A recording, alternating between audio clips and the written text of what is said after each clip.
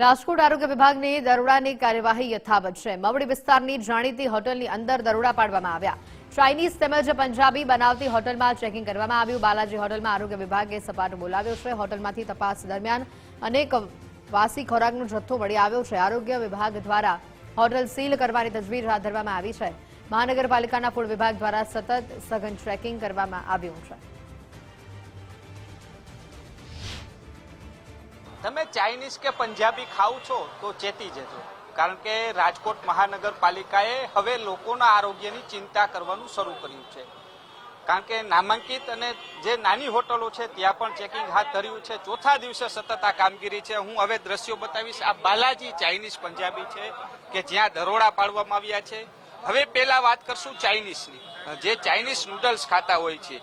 આ દ્રશ્યો જો ખુલ્લામાં અંદર તૈયાર રાખવામાં આવે છે।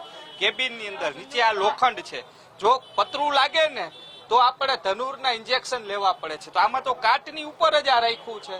તો આ પરિસ્થિતિ સાથે હવે તમને લાલ ચટાકેદાર કલરમાં તમને આ કલર નાખે એટલે લાલ થઈ જાય। આ જોવો તમે, હા થઈ ગયો।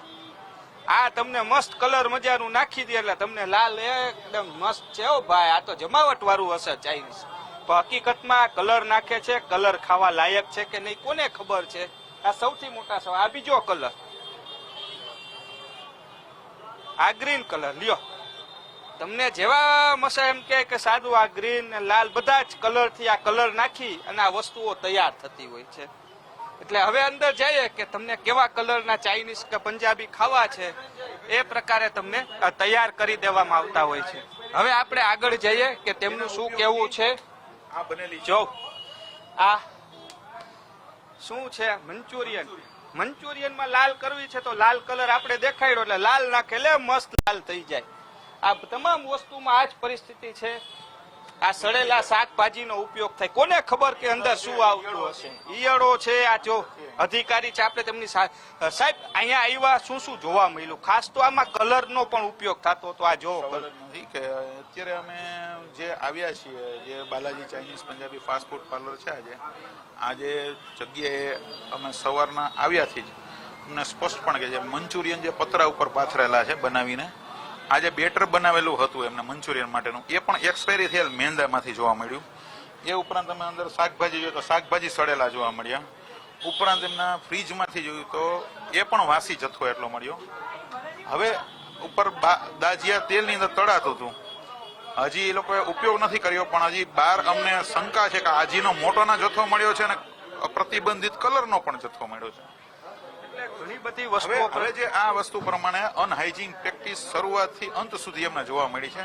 એના કાચા માલથી લઈ અને પ્રીપેડ કરેલ અને સંગ્રહની અંદર પણ આ તમામ અનહાઇજીનિક પ્રેક્ટિસ છે એ જન આરોગ્ય માટે આપણે જોઈએ તો સદંતર હાનિકારક છે। ઉપરાંત જે માલિકે છે એને લાયસન્સ નથી દીધું, એને કાયદાનું કોઈ જ્ઞાન નથી।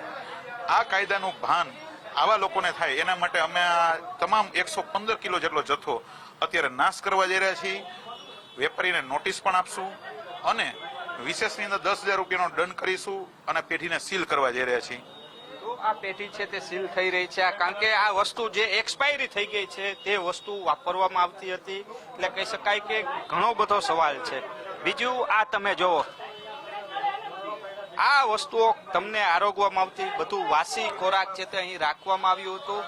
એટલે જે રીતના વાત કરીએ તમામ વાસી ખોરાક છે તે વાપરવામાં આવતું। ચટણી છે, આ ચટણી છે તે રાખવામાં આવી છે, એટલે કહી શકાય કે પાસ્તા ખાતા હોય છે, આ વાસી પાસ્તા રાખે છે।